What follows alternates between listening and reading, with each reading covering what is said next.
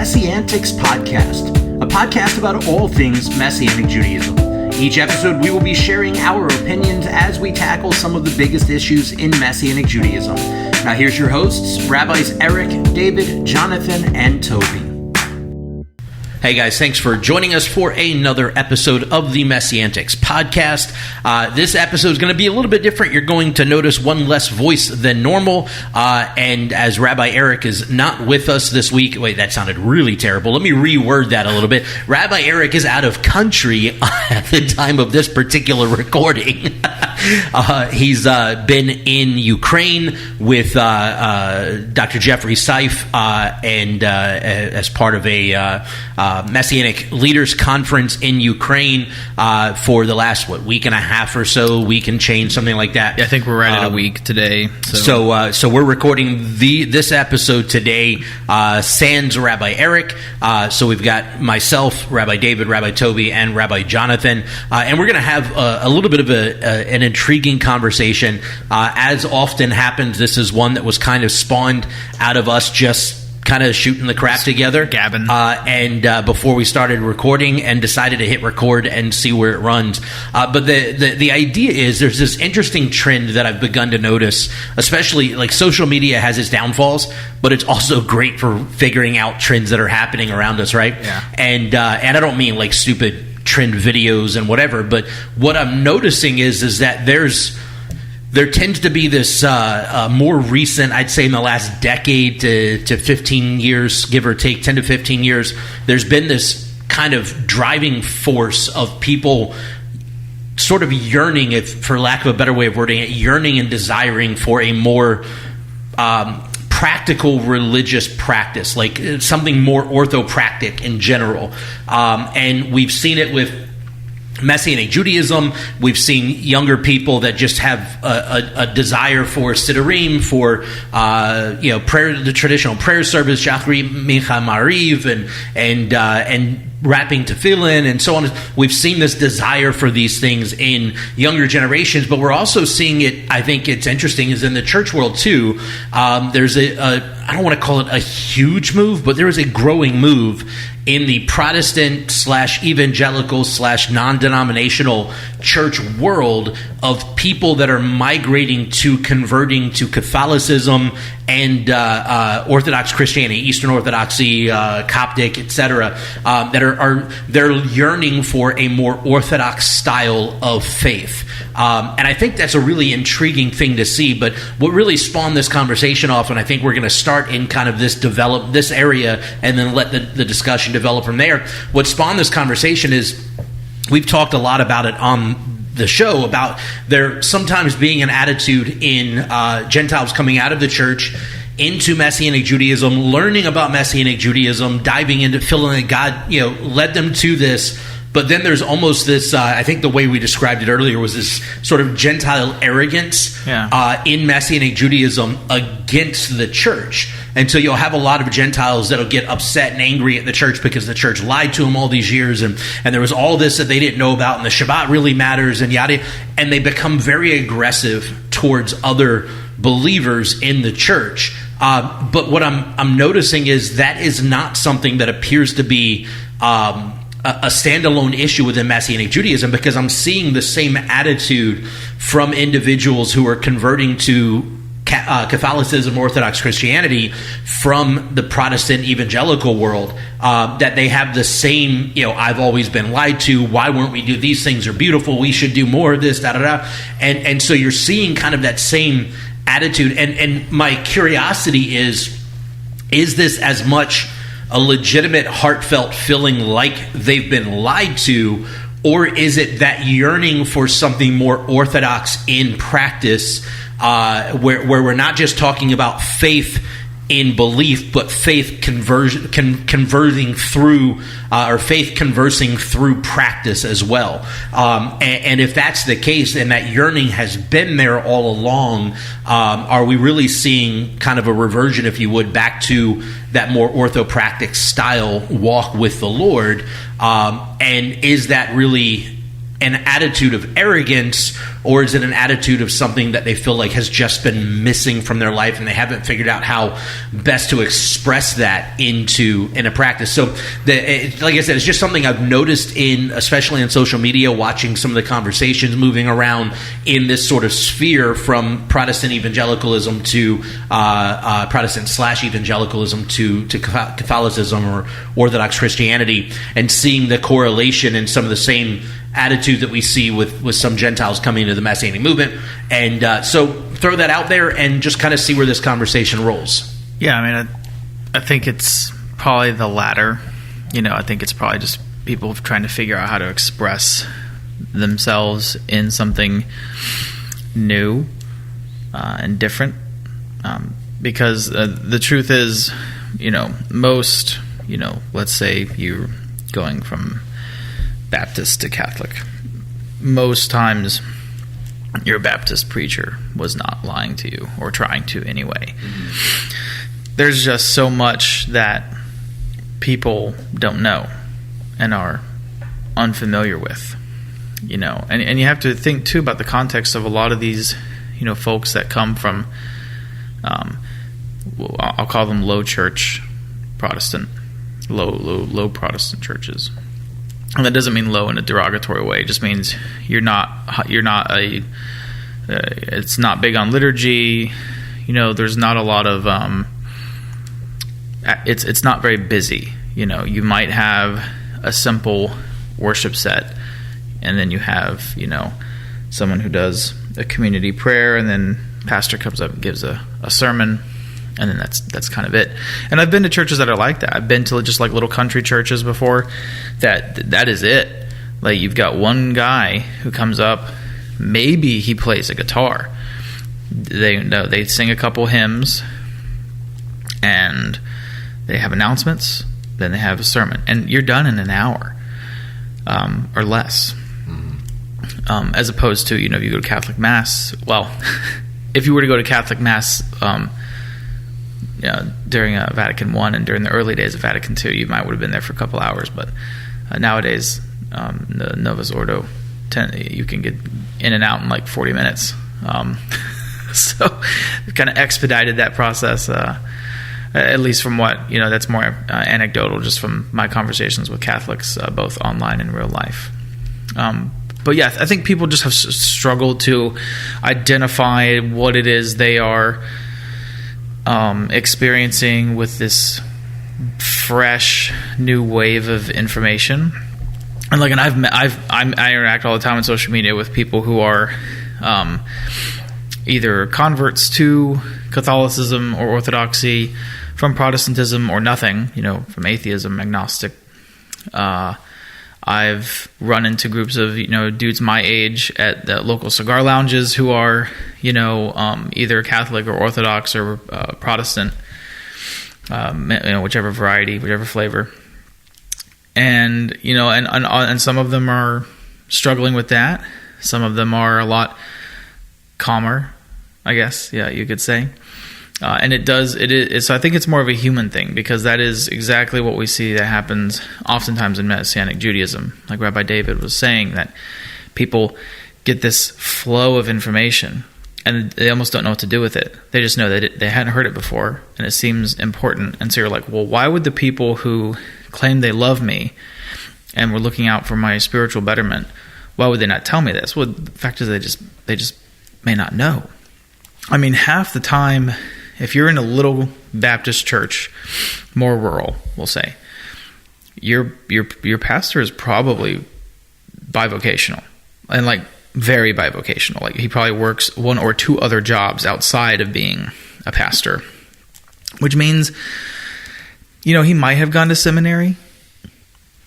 And even then, like, if you go to seminary, you're really only learning your particular branch's version of things. Yeah. Like, they're not like, hey, for 2 years you're going to explore like every avenue, both scripturally and historically and traditionally, of all the different versions. If you have a class in church history, it's like maybe 1 semester or 2 semesters. Right, yeah. 2 semesters would be generous. Yeah. Cramming 2,000 years, 1,800 years of church history into 30 weeks by the time it's said and done. And even at that, they're doing it from that denomination slant. Right. So if it's a Southern Baptist seminary, right, they're teaching church history, right, but with the slant of the Southern Baptist opinion. And it's actually like, I always say, like, if you this will sound terrible, but like if you go to, I would, as a Messianic rabbi, I would say, if you want to get a really good breadth just of covering the information for church history classes, go to like a Catholic schools version, because Protestant ones tend to start in Acts, skip about 1500 years, and not skip, but like, we're not quite sure what happened here. It's like, brother, like your Catholic friends across the street have a whole lot of stories about what happened during, before, the lead up to the Protestant Reformation. Like, there's a whole lot of stuff that happened. And go talk to them. And depending on, of course, what professor you get, they'll tend to be a little more unbiased as well, because they're not, unless you're dealing with like tradcaths in like comment sections online, Catholics tend to know about as much about Protestantism as Protestants know about Catholicism, which is next to nothing. Yeah. So they tend to be fairly easy to talk to about, like, well, hey, like, tell me what your side believes about this. Mm-hmm. So a lot of people struggle, I think, to get into dealing with suddenly, oh my goodness, all this information that I never knew that definitely seems important. Why didn't I know about it? Oh, so I must have been lied to. Like, and I'm like, well, mm-hmm. I wouldn't say you've been lied to. I just think life is complex, it's complicated, and sometimes you don't get the relative information. Yeah, and sometimes it's about timing too. You weren't ready for that, right, at that point. You know, for me, yeah. Oh, I was just going to say, and well, what it does, this idea that you had to know something to have this relationship with God, it's borderline Gnosticism. Yeah, like it's this idea that like the stuff is the thing that's going to end up redeeming you. Well, I already had, and that's the thing, because I already had what. So I came into the Messianic movement when I was 25, 2005. And I already had what gives you a relationship with the Lord. What gives you a relationship with God is faith in Messiah. That's what gives you the Holy Spirit. That's what gives you a relationship with God. Mm-hmm. He's the way, the truth, and the life, right? So I had all that. But I still went through that, the Gentile arrogance that you can find in Messianic Judaism. I have been given this revelation of God's ways. I've been robbed, all those things. Yeah, I mean, I went through that, and I was really cantankerous the first few years with my friends in the church and people I knew in the church. Spiteful. Yeah, I was really cantankerous, and I had to go back, and I had to kind of do like it really wasn't like with a whole lot of people, but I mean, I had to kind of go back, but it was enough. One person's enough. If you hurt somebody because you think you've been promoted by God, because you look, there's only one promotion. You place your faith in Yeshua as Messiah, in Jesus. Right. That's the promotion. And then we're all on an equal playing field, right? But I thought that I was promoted because now I was learning all this stuff about God's appointed times and the ways of Messianic Judaism, and yes, I think there's lots of good arguments that when you look, I think there's lots of good arguments for whether you're Jewish or non-Jewish to celebrate those things. I think there's a lot of good arguments to do that, especially when you see how things were changed over the years, and what happened to the first century church and those kinds of things. But here's the thing. I want to give it just a different perspective, or not give a different perspective, but I guess put another perspective in there, because my animosity towards the church was not birthed out of me looking back at the church and comparing it to Messianic Judaism. That was some of it, probably, no doubt, just me, but some of it was some of the things I was being taught in Messianic Judaism, because there are pockets of Messianic Judaism that has animosity towards the church. It simply does. Okay, I've heard, I'm not going to mention names, but I've heard Messianic Jewish rabbis say things like, unplug from the Christmas tree and plug into the olive tree. I've heard Messianic Jewish rabbis say, we don't say Jesus in here. Okay, that's not helpful for a new Gentile coming in. So what do? They learn that and they go, we don't say Jesus then. And if you celebrate Christmas, get away from me. I had some stuff like that poured into me, and I acted on it, and I walked it out. And I hurt some folks. Yeah. And that was wrong. And thank God that his grace is ridiculous, and that his long-suffering is ridiculous, and that he showed me and took me through, like, hey, listen. You were wrong here and here and here. And some of the things that you heard were wrong here, and here. I mean, literally, you want to get closer to God, forget about Sunday. You need that's not helping, and that's not just excited Gentiles who have all zeal and no knowledge. There are some Messianic teachers, and some are Gentile, and some are Jewish, and there's pockets of this like animosity towards the church. When I say pockets, I mean not every Messianic Jewish rabbi, like or attendee, like Rabbi Eric, who's not here, so I can speak for him. I know David. We don't have animosity towards they don't have animosity towards the church. We see Messianic Judaism as part of the body of believers. So you would partner with churches, right? And I've met other Messianic Jewish rabbis who are. I don't even like to use the term church friendly. They just understand that the church and the Messianic Jewish community are just as important. But what I'm saying is, I know for me, my period of anger towards the church was, I think, part me thinking like, oh man, I've gotten something special. That must mean I'm special. And some of it was like one part that, and one part I was getting some teaching that was very antagonistic towards the church. So. And that was, and I think that's important to identify. Yeah, I think it's important to identify when you hear at a Messianic conference, somebody says Jesus. Oh, don't say Jesus. Yeah. Or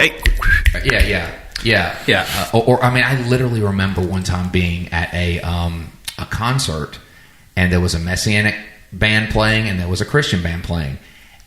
But it was at this a church was sponsoring it. It was like a Christian organization sponsored, and it was at Christmas time. And the stage had Christmas decorations. Uh-huh. And before, and I'm playing in one of these bands, and when we got on stage, they started taking the Christmas decorations off the stage,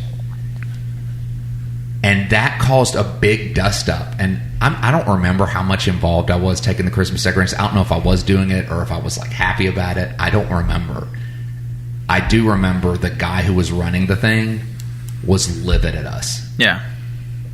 And at the time, I'm thinking, man, yeah, we're what is it? We're shaking things up. That's and right. I'm like, and looking back on it, I felt the Lord's like, no, you were causing division. Yeah, fighting for God. Yeah, right. And so we're taking the Christmas decoration, and it, dude, this guy wanted to send us back to where we came from. It makes me think of me and a buddy went and saw the 20th. I think it's the 20th anniversary of Kingdom of Heaven in theaters. And there's those scenes where they're just like, just doing terrible things in that movie. They're like about to slaughter this caravan of Arabs, going through the desert, and they're just like, oh, this caravan's armed. It's like clearly not. Like, it's like women and children mostly. Like, oh, this caravan's armed. We must take it out. God wills it. God wills it. No, it's exactly the kind of attitude, and I was part of that. You know what? I began the story. If you rewind in this podcast, I say, oh, I was at this concert, as if I was just watching this happen. Now, dude, I was up on the stage. You were the instigator. I was part of this. I was part of this thing, and I remember. And the last thing I'm going to say about this, but there was a guy there, and he was just a Christian artist, and he wanted to invite someone up to sing "Silent Night" with him, and he picked someone from our congregation, and she got so weird and was like, "No," and I'm like, "Silent Night's a beautiful song," Yeah. But at the time, I was in that mode of church bad. But looking back, I'm like, there's some beautiful Christmas music out there about the birth some of those heavy theological songs. Yeah, like Holy Night. That song makes me cry. But what I'm saying is that's a problem, and that comes from.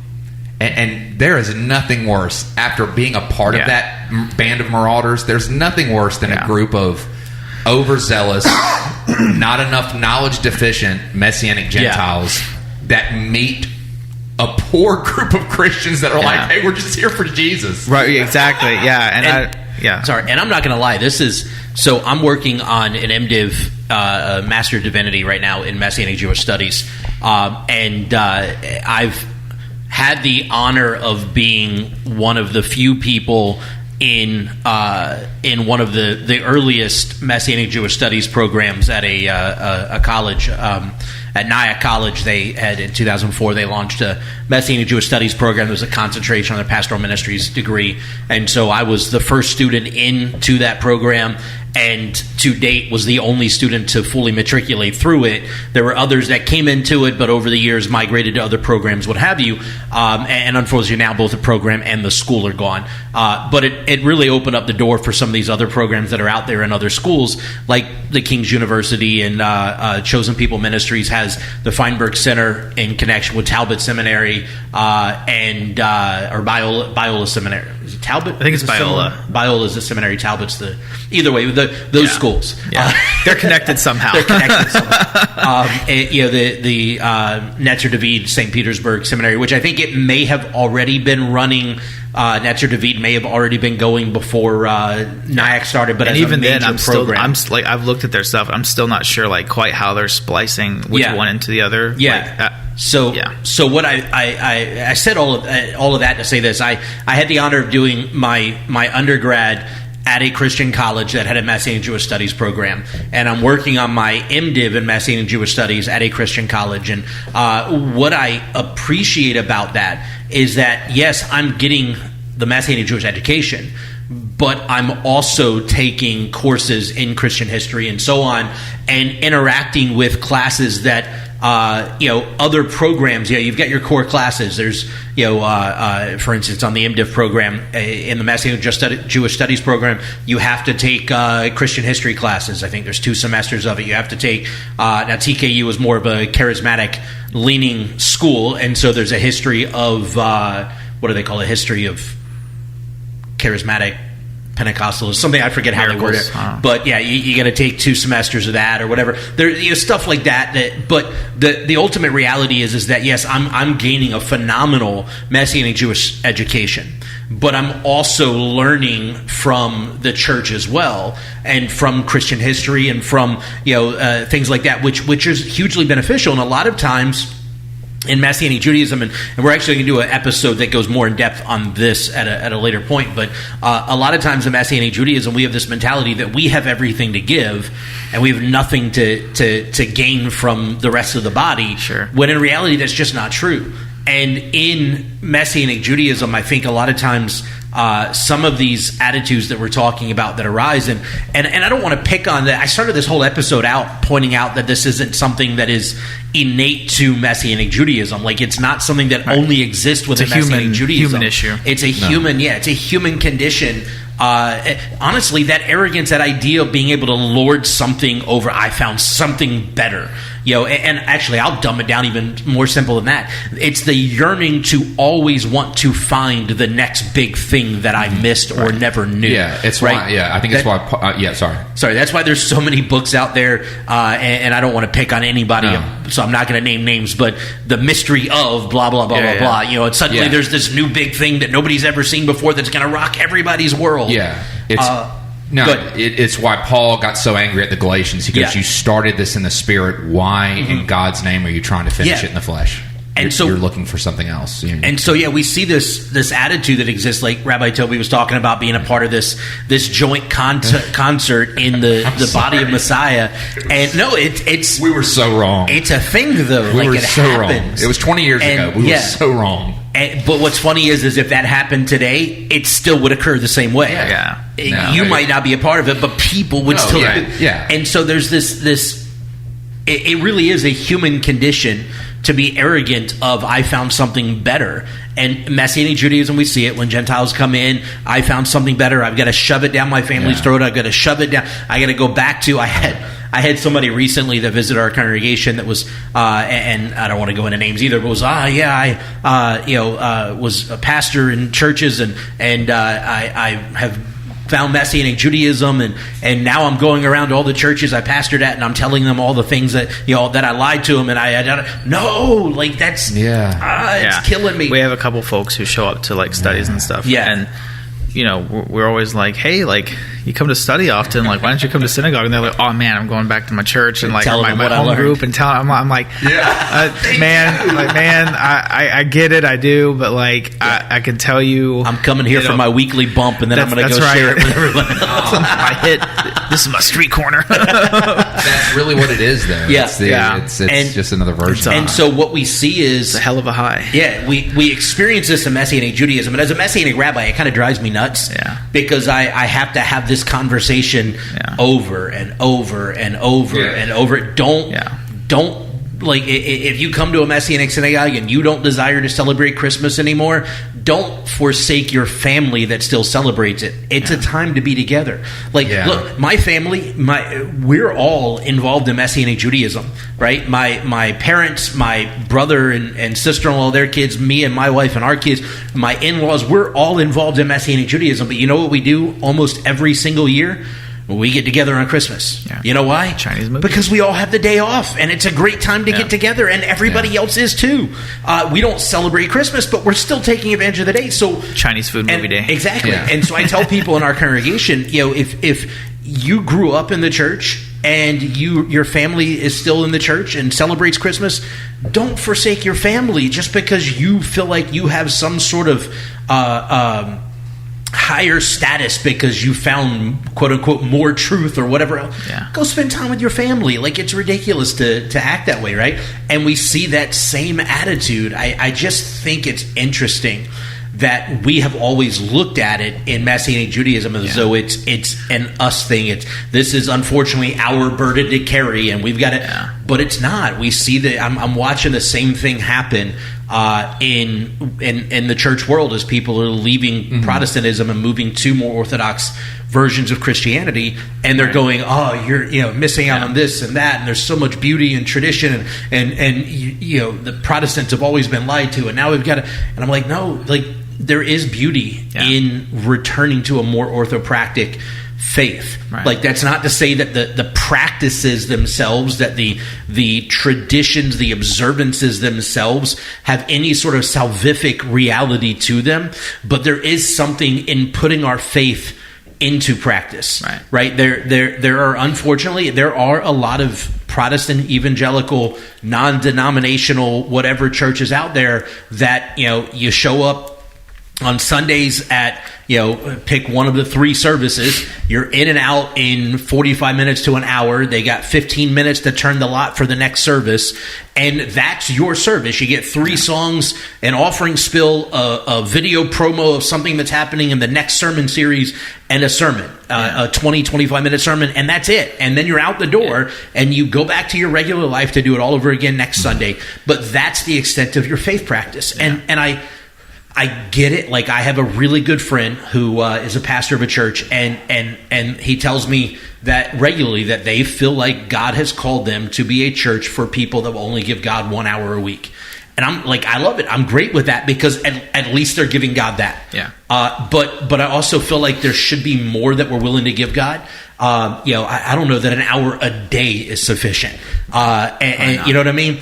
And so I feel like there should always be more, and there should eventually be a yearning for more. Our faith should be exemplified through our life and practice. And I think that's one of the beauties of Messianic Judaism, is that it's a restoration of that life and practice and culture of the Jewish root of the body of Messiah. And I think that's what a lot of Christians are yearning for when they are turning back to Catholicism or Orthodox Christianity, or even walking into Messianic Judaism, whether it's a known desire previous or not, there's something internally that the Spirit is leading people to return back to. But even folks that end up in like the Hebrew roots areas, like it truthfully, and I really do want to write a book about it one day. I've already kind of started, but it'll be a while before I finish.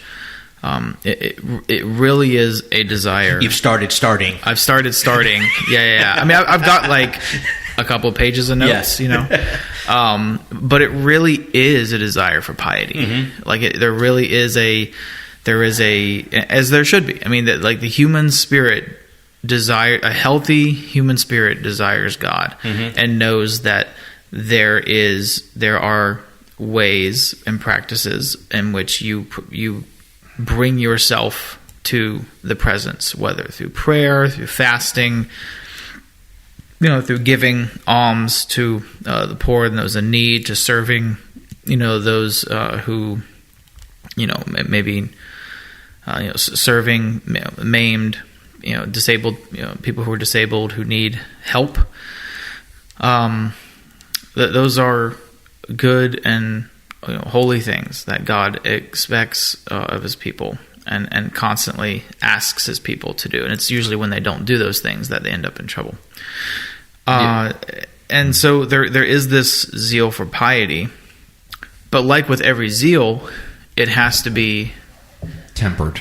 Yeah, it has to be guided, because human beings are made with a desire to procreate and to engage in behavior that causes procreation, tempered through the guidelines. That is a very tempered way of wording that. I'm trying my best here. Tempered through the guidelines of the marital relationship. It is a good and godly thing. Right. Outside of those bounds, it is chaotic, it's wild, it creates and harms everyone involved and those surrounding those immediately involved. The same thing goes for a lot of theological knowledge. Sometimes the zeal people have for knowledge and understanding, gnosis, it's where we get the Gnostics from. It is a type of lust. It is a form of uncontrolled desire, and God, again, fruit of the Spirit, self-control. And a lot of people be like, "Well, I have self-control." It's like, well, let's ask your family members about that.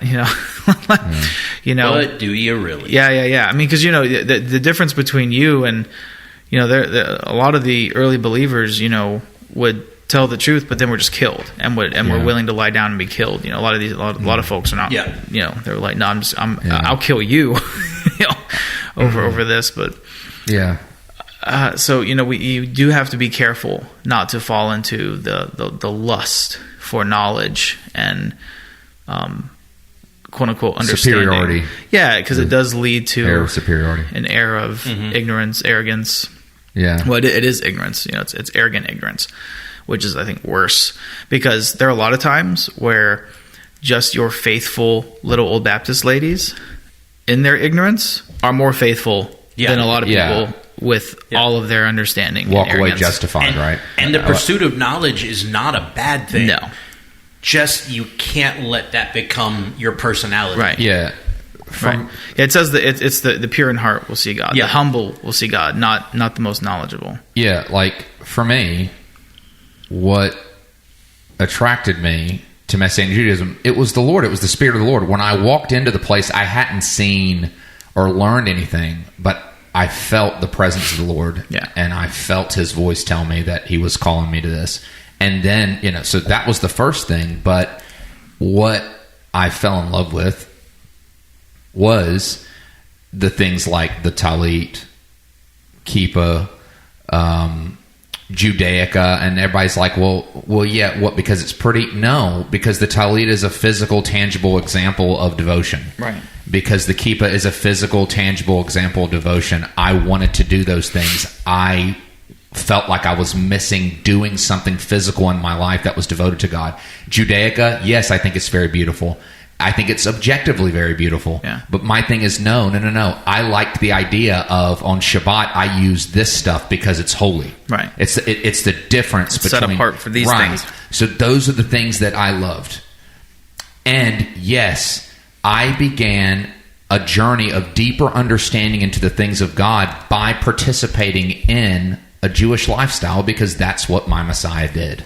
Yeah. Now, what that doesn't give me the right to do is condemn Messiah's other kids who aren't doing that. Yeah. Because that is not where salvation is. What I wish I'd had was like what David said when he explained this is like when you said a few minutes ago how you explain to really zealous Gentiles that come before you, Well, you see, when David met me, I was where I'm at now. I didn't have that animosity towards the church. Right. I had went through that. I just went, but the people that were discipling me when I was entering Messianic Judaism, listen, one guy that was discipling me during this time, because I had a few people that I looked up to as I was new to this, and people have been doing it a while. He invited me to his house for dinner, and then he showed me a video about how Christmas is satanic. So that's the kind of stuff that I was learning, you know, and that's the way I was learning. And I was learning from other people who were saying things like, I don't want to hear the word Jesus. I don't want to hear Christ. And if somebody got invited up to pray, and it happens at CMC, we will still have people come up and pray, and they'll say Jesus or Christ, and they'll come and apologize later, and I'm like, I know who you're talking to. That don't bother me. Yeah. But at some places, at some message, you can feel like it like sucks the air out of it. He just one guy I remember. I still think about this one day. I still think of this one guy that prayed, and he said, "We just want to thank you, Lord, for Yeshua the Christ." Yeah, and I was like, okay, I guess and picking up what you're laying down. It like sucks the air out of the room because he said Christ. And I want to jump on that for a second. Yeah. No, I just wanted to say that. Yeah, it's a no. I mean, you bring up a really interesting point, a really important point. The reason why Messianic synagogues are so now.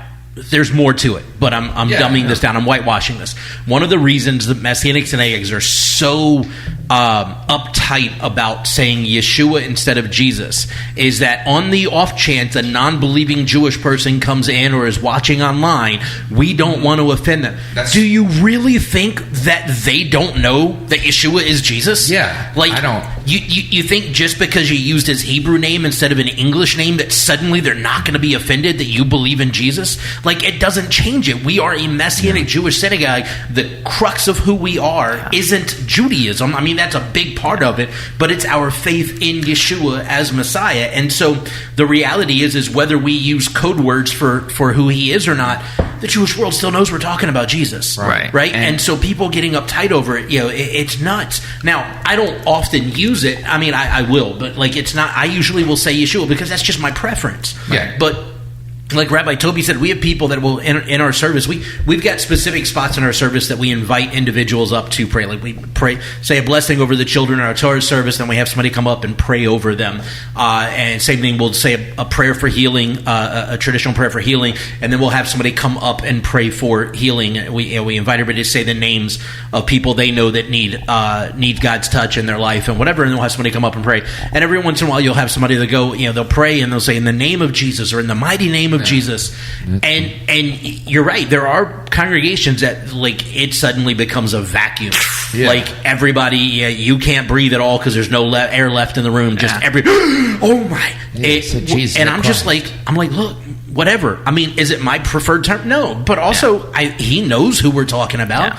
Everybody watching online, whether they're Jewish or not, knows exactly who we're talking about. So what difference? Why make a scene over it? There was a video that was going around Passover, Easter, time frame, and it was all of the different all multiple nations around the world, all like in their language, saying Christ is risen. It's the time of year to celebrate that, and it all sounds kind of slightly different, like kind of the same, kind of slightly different. And I'm like, a lot of I've had people say like, well, Yeshua is actually his name, and like our names don't change in other languages. I'm like, my brother in Christ, you need to go and spend time with people who speak other languages, because like I lived in Germany for a while. I'm not Jonathan in German. I'm Jonathan, or Jonathan. It's my name. It's slightly different. Yeah. You can tell it's me, but it's like it's just different enough, and that's fine. Like God created the languages. God created the tongues. So I worked for years in restaurants with Mexicans and South Americans. Yeah. And I almost never heard in the kitchen somebody say David. It was always David. Like it doesn't always carry. Right. And that's fine. And like, but so it's just kind of like, and of course I have to then stop myself and remember all of the uneducated opinions that I've held over the years and be like, oh no, just have some grace here with this. Yeah, and I'm not saying that, I'm not trying to criticize any particular individual or any leader, but I'm saying if you're listening to this and either the people discipling you or people that you're in community with, or your leadership, if they're doing that, as far as what I'm saying, antagonizing the church, they're not helping.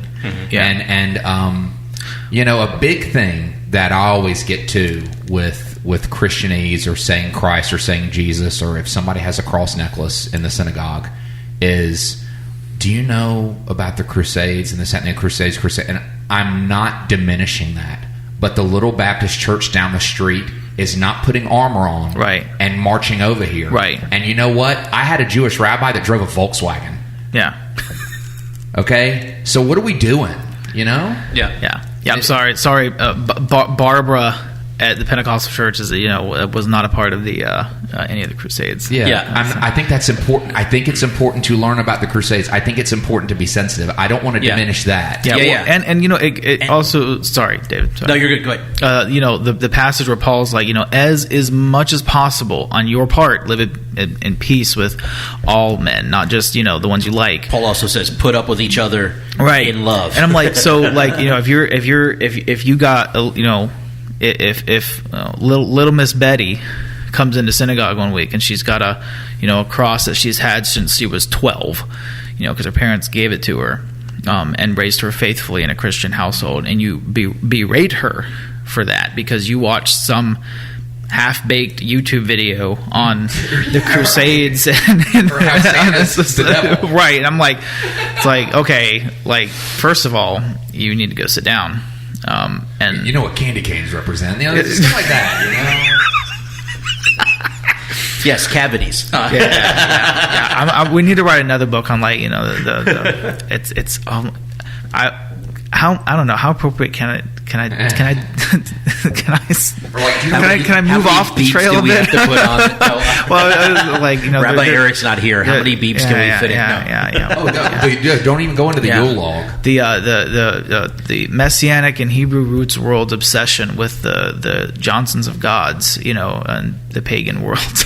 Yeah, with everything's a phallus. It's like, okay, no, that's the Yule log. No, it's the Yule log. That's what I was getting at. It's like, they think that's got some closeted stuff around here. It's just But here's the and I don't know how long we've been talking, but here's the 40. Here's the thing that I think is really important here to understand.